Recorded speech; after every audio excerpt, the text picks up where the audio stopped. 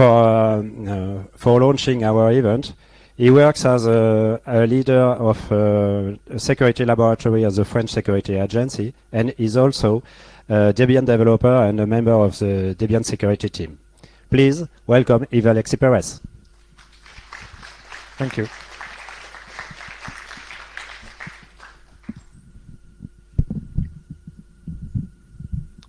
Okay.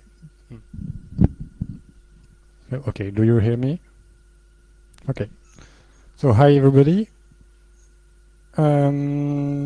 First some introductions. So I'm Yves Alexis Perez.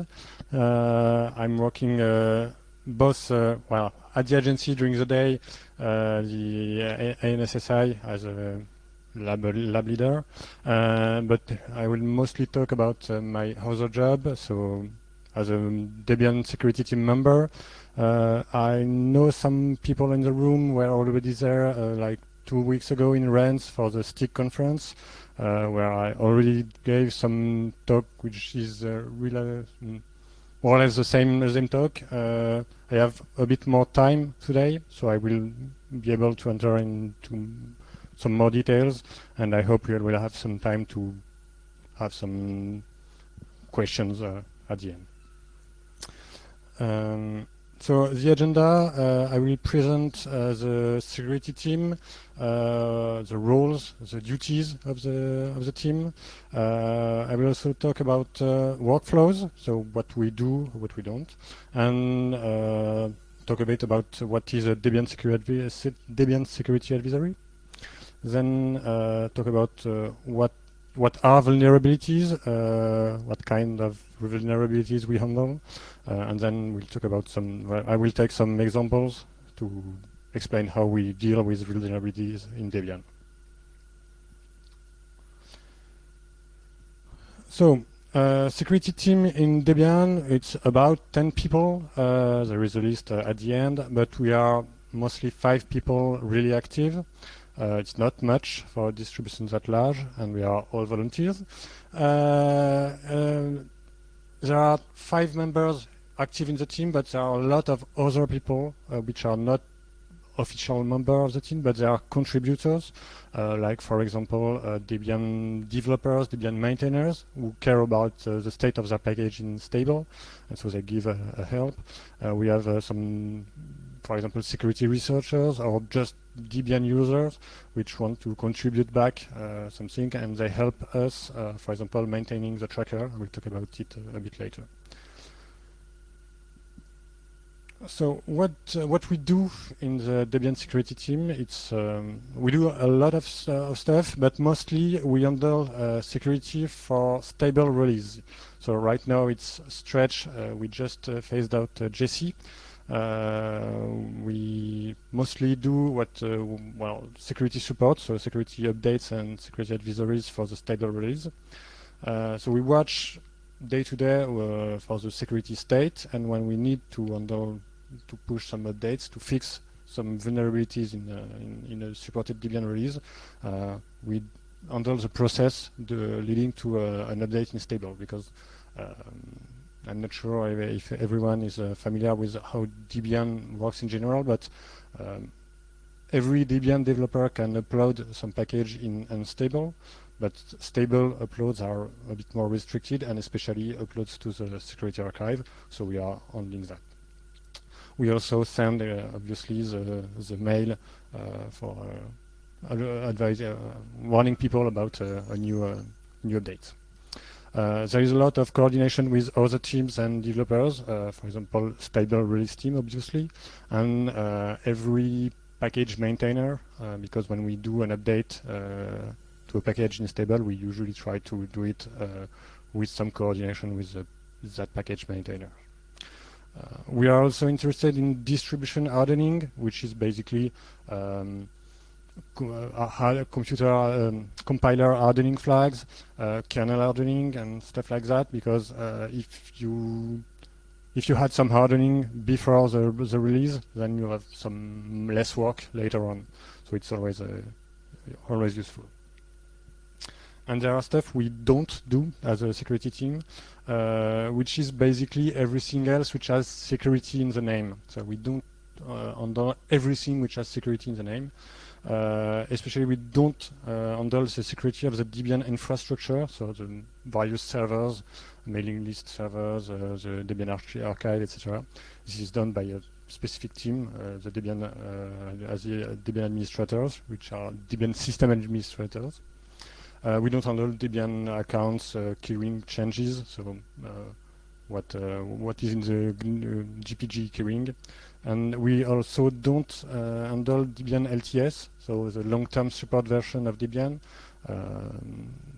which for example, for JC, we just stopped security support, but JC will keep being updated on a reduced set, and this is done by the LTS team, which is a different team.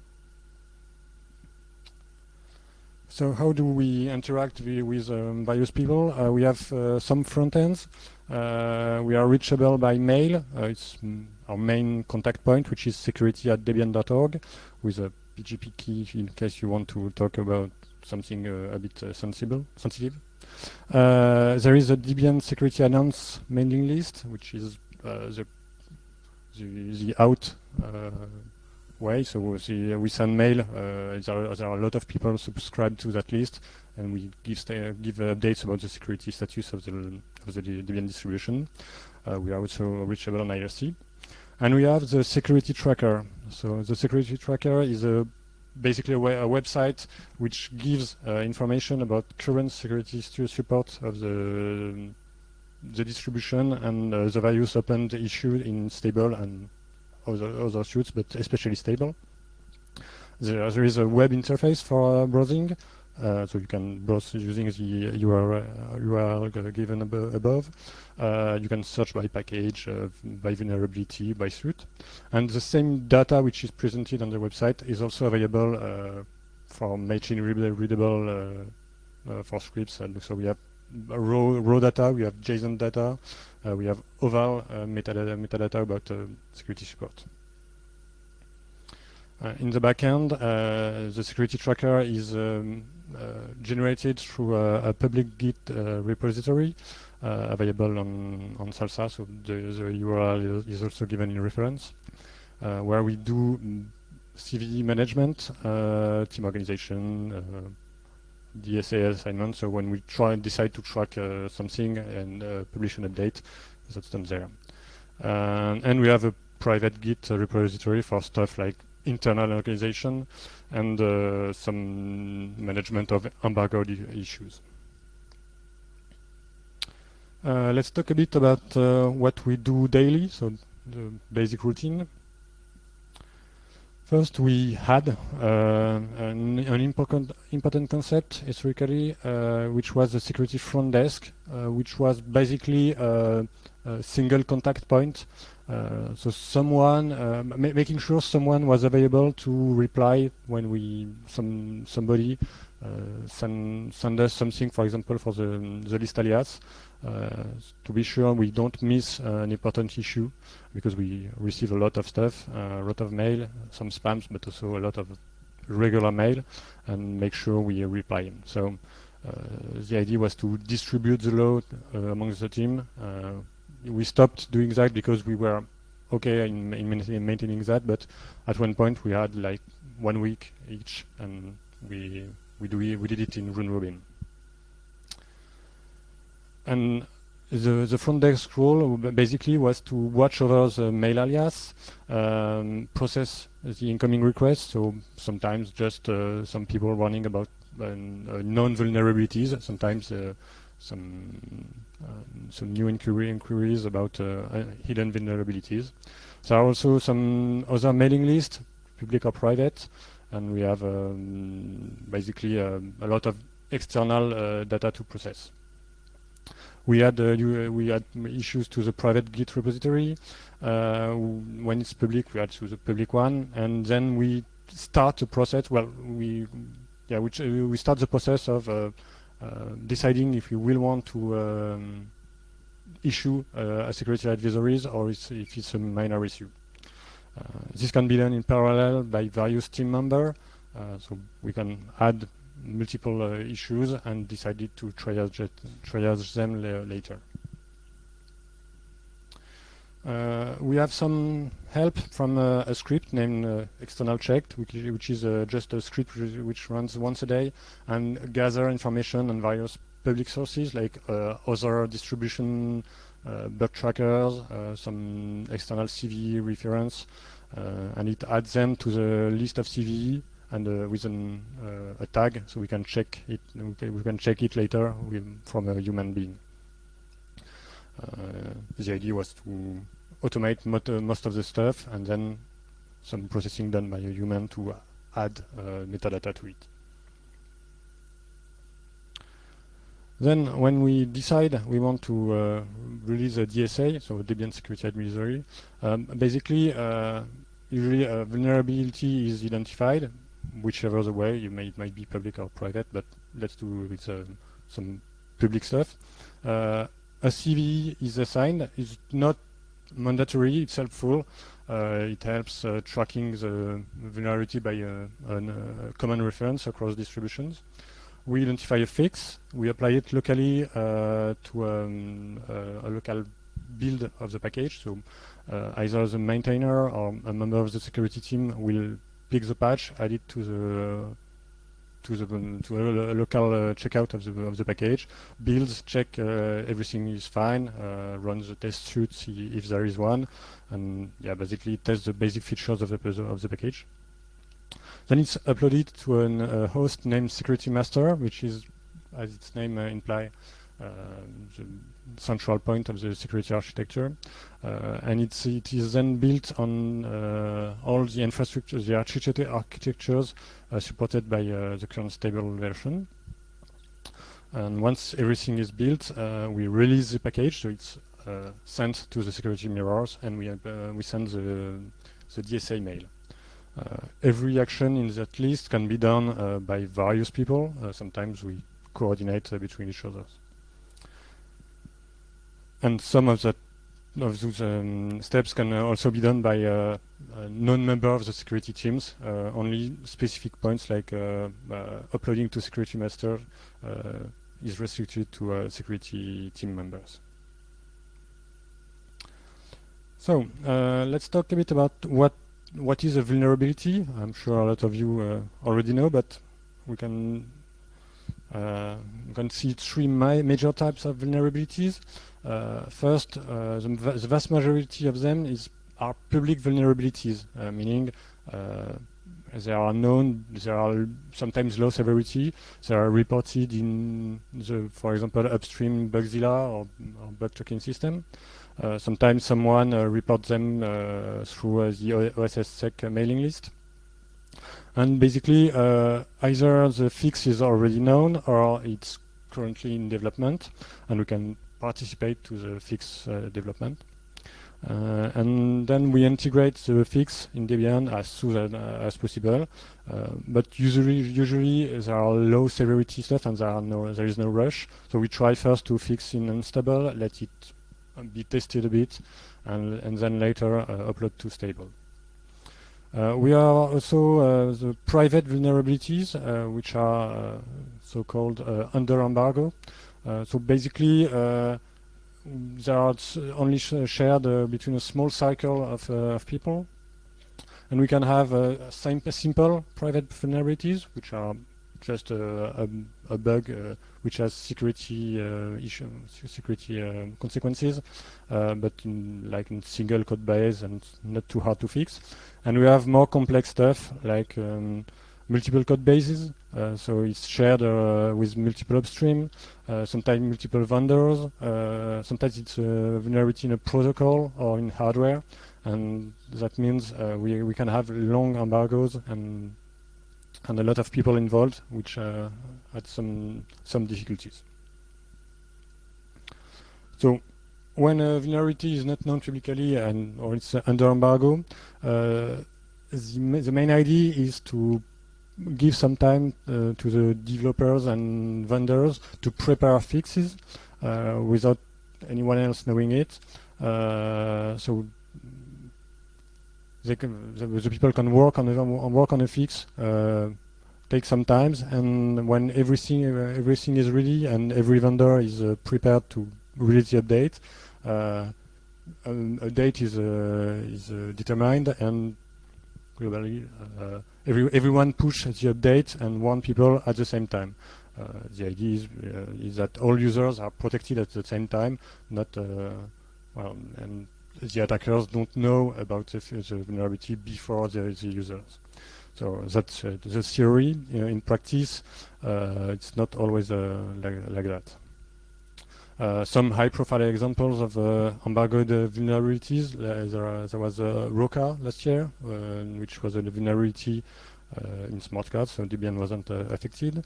There is Crack, which was an attack in the WPA protocol, and some which are really known, Meltdown and Spectre, which are combined software and hardware vulnerabilities. In practice, what the feedback we have on embargoes, at least in Debian, is that they have a lot of drawbacks because once we have a fix, the publication is usually a bit artificially delayed, and few people are aware of the vulnerability and the fix. So not a lot of people, and maybe not the best ones, work on the fix. And sometimes they miss something. Sometimes the fix is broken. We have the indefinite embargo problem, which is sometimes vendors don't want to release updates. The product is not supported, or well, there are a lot of reasons, but sometimes security researchers are really frustrated because they report vulnerabilities privately to vendors, and there is never an update. So that's a problem. And as always, when you try to keep things a secret, sometimes you have a leak, and by itself it takes some effort to maintain secrecy, and sometimes there is a leak, and sometimes an attacker will know about the fix and the vulnerability and the fix before users. So we try to limit usage as much as possible, and especially for simple vulnerabilities and for a short time. But it's not always in our hand. Some information about the operating system distribution security contact list.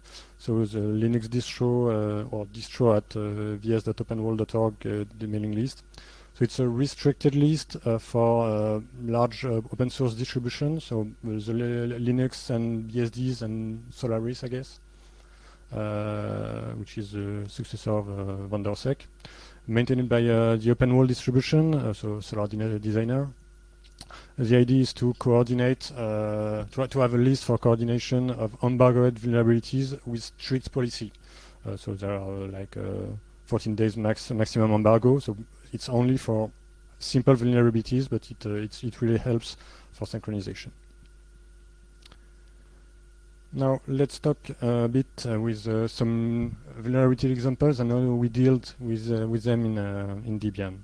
So the first is Crack. So as I mentioned earlier, it's a vulnerability in the WPA protocol, actually in the handshake, and it was actually pretty standard and nicely handled embargoed vulnerabilities, where we had some coordination with the whole community. And yeah, it was a bit of a problem because the vulnerability is not software by itself; it's really in the protocol, in the handshake. So it's implemented by a lot of vendors in various stacks. So there was a lot of coordination to be done. In Debian, it's a WPA source package which builds the WPA supplicant package, which is used to connect to a restricted access point, and hostappd, which is the access point part. If we look at the timeline, so it was last year in 2017. We were warned by CERT in August, and a second time in October, just before the publication. So publication was done in a conference, and we were run through the restricted distribution list with some details. So this was the initial contact. I'm not sure you can read everything, but it's in the slides. Initial contact from CERT contained all the vulnerability details, the article which was submitted to the conference, and a proof of concept. This kind of notification is really helpful to us because we can easily assess what the vulnerability is and how we are affected and how it impacts our users. Then we had some coordination done by the CERT.org association. It was once again really helpful to have some coordination, so we were able to assess locally how we were affected and discuss with the upstream, not upstream, but the security researcher, and investigate how we would fix the thing in the distribution. Then we were notified by upstream, so Juni Malinen, which is the author of the WPA, which contacted us through the distro list and gave us the patches, the details about the protocols, the impact on this software, and patches for various branches. So basically everything was done on the upstream side, and then we had some discussion internally with Uni on how to fix things properly.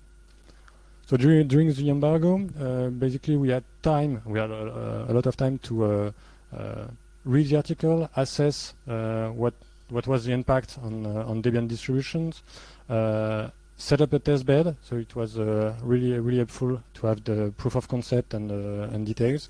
And I was able to reproduce the issue, and then later on to integrate patches. I worked with the maintainer to check everything was correctly fixed, and do some test builds, and everything was ready. So the packages and the advisory text for the release date. On release date, there was some small embargo break because some proprietary vendors apparently don't know how to read the correct time, or maybe the time zone was off, but it was okay because then Matti Ivanov, which was the security researcher who discovered the issue, published a crack attack website with all explanations, and then distribution started sending mails and publishing updates. All in all, it was a really good example of a well-handled vulnerability, even though it was in a protocol, so involving multiple vendors. This was really nice to handle from our part. And then we have another example, which is quite the opposite this time. So I guess everyone has heard about Meltdown and Spectre. So there are vulnerabilities which are at the interface between hardware and software, and which can be used to leak privileged data to unprivileged processes. Meltdown is more or less a race condition between permission checks and data access, and which is not visible at the architecture level, but visible at the micro architecture level. And it's fixed in software, where we don't map at all the kernel in userland. Spectre is a bit more complicated. The fix is also more complicated because it involves both some parts in the kernel, some parts in the firmware, so the CPU microcode, and sometimes the hardware.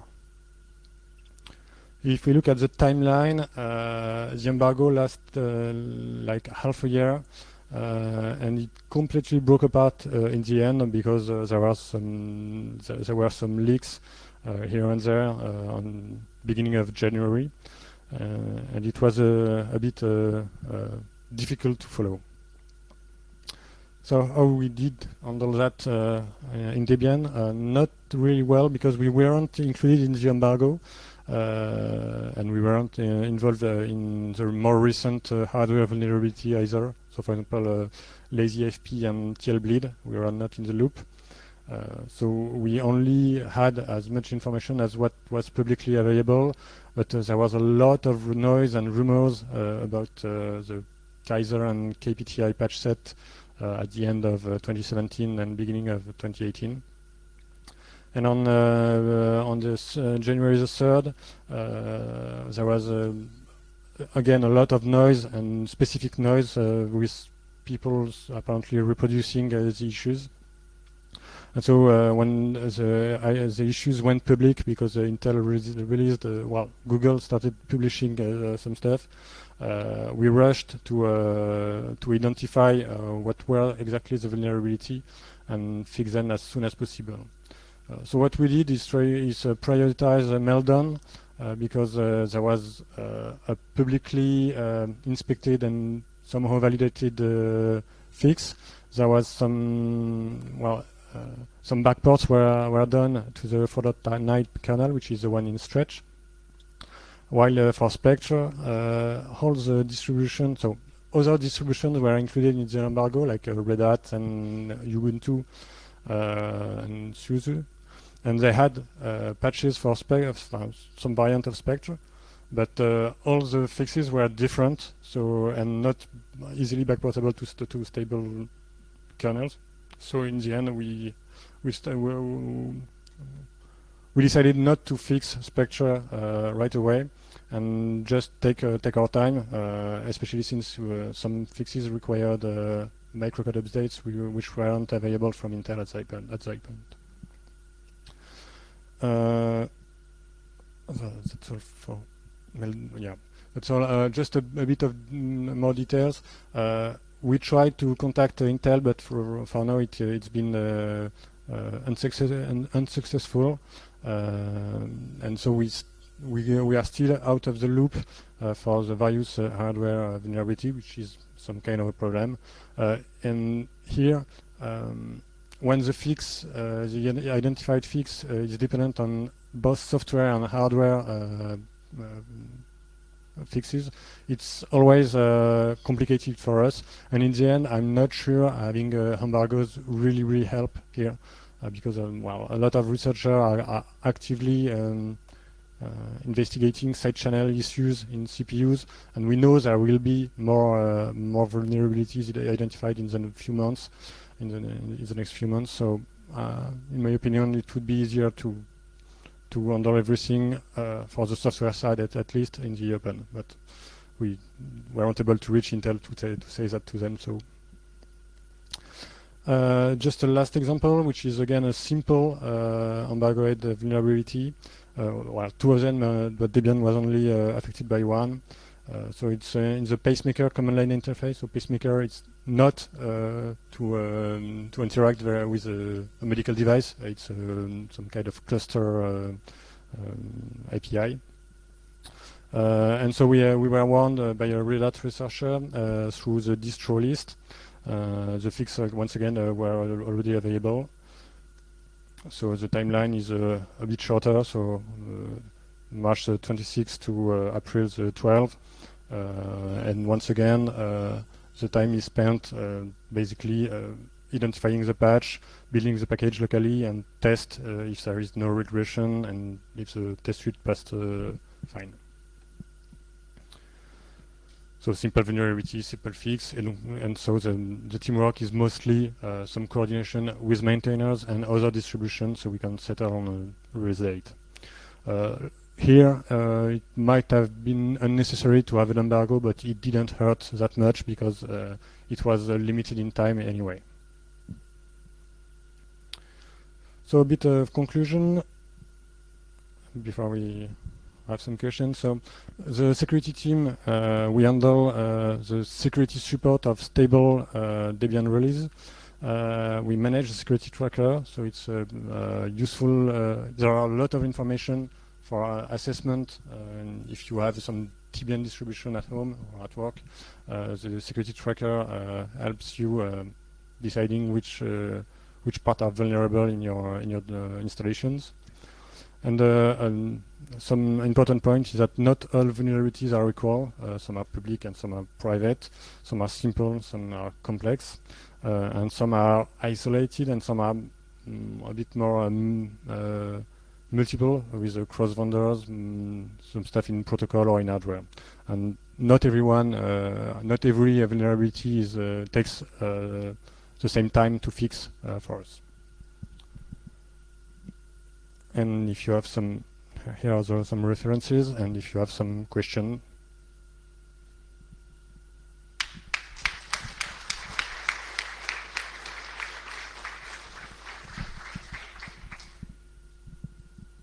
So, some questions? Yeah, first one. Welcome. How does it work on the legal side where you are under embargo? Because what status do you have as a Debian developer to guarantee that you stay quiet? Can you repeat the beginning? Yeah, so what is the legal statute that you are using to be able to say to the company telling you some secrecy?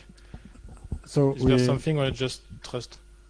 Yeah, that might be the answer to why we are not included in the Intel embargoes, is that we don't have a legal status. Debian is not a company. We are all volunteers, and well, there is a legal entity for holding Debian assets, for example, but we are not able, and I'm not sure we would like to anyway, but we are not really able to sign an NDA with Intel, for example. So it might be part of the problem with Intel and other companies, but we don't have issues with informal NDA, for example, for the distro list or for specific when we are warned by specific researchers or some companies, they trust us to not leak the details. For the one reason that if we do it, they won't warn us later on. So it's not a good idea. But maybe it's not enough for a large company like Intel. Okay, small questions. Thank you for the work. Just one question regarding the slide 14. If you can go back to the slide 14, it's about the CV allocations. You basically mentioned that it's helpful but not required. I would basically stand on this, that it's, I think, required, and that's something that sometimes we are fighting where we have a DSA number but we don't have a CV allocated. I looked into the MITRE database and it seemed that Debian project is CNA. So it looks like basically you have already a full range of CV allocated for you that you can use as you wish. Why don't you basically just assign the CV? I'm just wondering that. Actually, it's in the end, it's what we do. It's just not required. And for example, if we are in a hurry to release something, we won't have to assign a CV. But usually, yes, it's we have some spare CV numbers to assign. There are, well, the scope of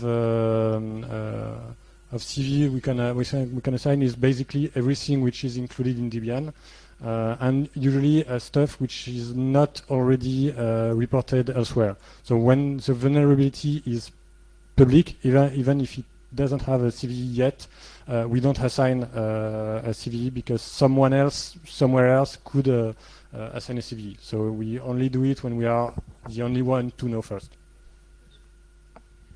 Another question? Yeah.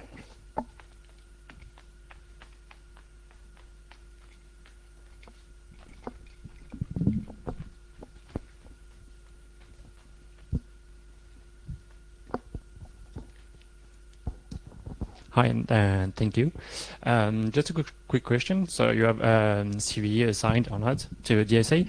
At one point, I think the work is in progress. You were about to release CPE numbers or identification to clearly identify which software or which package in which version on which system could be affected by a DSA. And this information was about to be integrated in the XML feed or the on the website. Do you know where you are on this, and if you have a deadline or something? No, but I think at least there is some data available on Oval on the Oval data. So I think. If you go to the fourth reference at the end on the slide, there will be up on the website just after the talk. There is some up-to-date data, which basically is the machine-readable version of the DSA and information. I think it should work, but I'm not completely sure. Hi, I would like to have your opinion, personal or otherwise, regarding Google's policy concerning the disclosing all security vulnerabilities after 90 days, regardless of the vendor status. Considering that at the end of the day, I guess you're the ones that get to mop the floor, is this something that makes your life harder, or do you think it's efficient enough that it warrants being done? To be honest, I don't really have an opinion. I mean, right now we weren't really affected. Well, we were on the target of Google Project Zero blog, for example, and they didn't. We weren't responsible for vulnerability and sitting on it for 90 days or something. So I think having a hard deadline is good. I'm not. 90 days is a lot for some vulnerabilities. You really don't need that much time. For some of the others, maybe it's too short. And yes, at some point, I think you have to draw a line. I like the fact that there is a hard deadline. I'm not. If in some cases, the deadline has to be pushed, why not? But we really have to have a small deadline, and I'm not sure if 90 days is short enough. But for the vast majority of vulnerabilities, we have to have some strict deadlines. I like the 14 days of the distro list, because in the large majority, I think we don't need really more time. And when you have more time, you actually lose it by doing something else. If it's really a vulnerability urgent, you have to release soon. So thank you very much.